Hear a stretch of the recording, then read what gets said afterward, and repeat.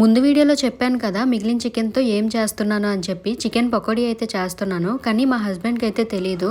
Half chicken ఏమో నేను curry చేశాను, మిగిలిన హాఫ్ చికెన్ ఇలా మ్యారినేట్ చేసి ఈవినింగ్ వరకు ఉంచేసాను అనమాట.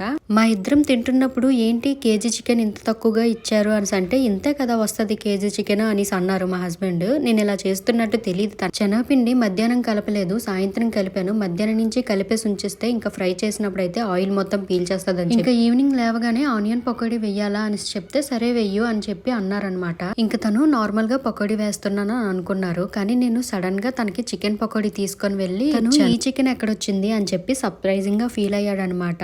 మీకు చెబుతుంటే మీకు అది సర్ప్రైజింగ్ అనిపించకపోవచ్చు, కాకపోతే డైరెక్ట్ గా మేము మాట్లాడుకున్నాం కదా, మాకు సర్ప్రైజ్ గానే ఉంది. ఇలాంటి చిన్న చిన్న సర్ప్రైజెస్ ఇచ్చుకుంటే చాలా బాగుంటది అని అనిపిస్తుంది. సో మీరు కూడా ఇలాగే మీ హస్బెండ్స్ కి చిన్న చిన్న సర్ప్రైజెస్ ఇస్తూ ఉంటారా? ప్రేమతో చేశాను కదా చికెన్ పకోడీ అయితే సూపర్ గా వచ్చింది. మీరు కూడా ఇలాంటి చిన్న చిన్న సర్ప్రైజెస్ ఇవ్వడం ట్రై చేయండి, చాలా బాగా ఫీల్ అవుతుంది. వీడియో నచ్చితే లైక్ చేయండి, షేర్ చేయండి అండ్ సబ్స్క్రైబ్ మాత్రం చేసుకోవడం మర్చిపోకండి ప్లీజ్.